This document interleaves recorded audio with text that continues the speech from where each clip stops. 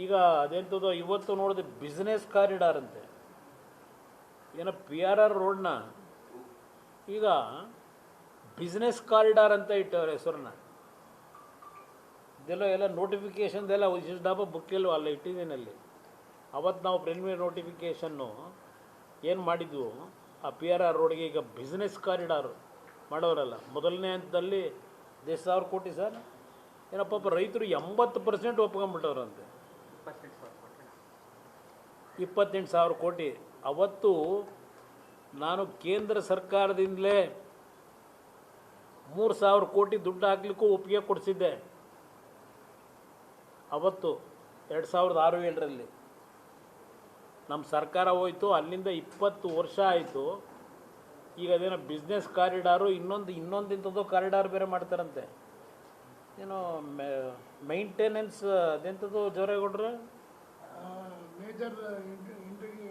Major integrated authority arterial road ಇನ್ನೊಂದು.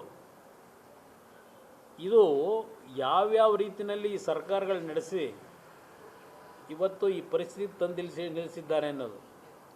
ನಾನು great HK ಪಾಟೀಲ್ರು ಅನ್ನಲ್ಲ, ಅದು ಎಲ್ಲಿ ಇಟ್ಕೊಂಡವ್ರಂತೆ ಸತ್ಯಶೋಧನೆ ರಿಪೋರ್ಟ್ನ ಕ್ಯಾಬಿನೆಟಲ್ಲಿ ಚರ್ಚೆ ಯಾಕೆ ಮಾಡಲಿಲ್ಲ?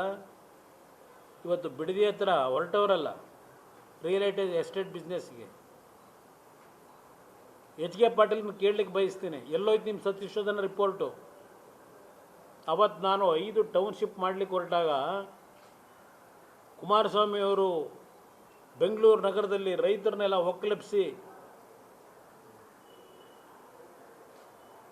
ಲ್ಯಾಂಡ್ ಹೊಡೆಯಲಿಕ್ಕೆ ಕೊಟ್ಟಿದ್ದಾರೆ ಅಂತ ಹೇಳಿ ಅದೇನೋ ಸತ್ಯಶೋಧನಾ ರಿಪೋರ್ಟ್ ಏನೋ ಇಟ್ಟಿದ್ದೀರಲ್ಲಪ್ಪ HK ಪಾಟೀಲ್ರೇ, ಕ್ಯಾಬಿನೆಟ್ ಮುಂದೆ ಯಾಕೆ ತರಲಿಲ್ಲ? ಇದೆಲ್ಲ ಚರ್ಚೆ ಮಾಡಬೇಕಾಗಿತ್ತಲ್ವ. ಈಗ ನಿಮ್ಮ ಸತ್ಯಶೋಧನಾ ರಿಪೋರ್ಟು ಯಾವ ಡಸ್ಟ್ಬಿನ್ಗೆ ಹಾಕಿದ್ದೀರಿ? ಎಲ್ಲಿದೆ ಅದು? ನಾವಿನ್ನೂ ಮರ್ತಿಲ್ಲ ಅದನ್ನು. ನ್ಯೂಸ್ ಫಸ್ಟ್ ನಿರ್ಭೀತಿಯಿಂದ ನಿಮ್ಮ ಪರವಾಗಿ.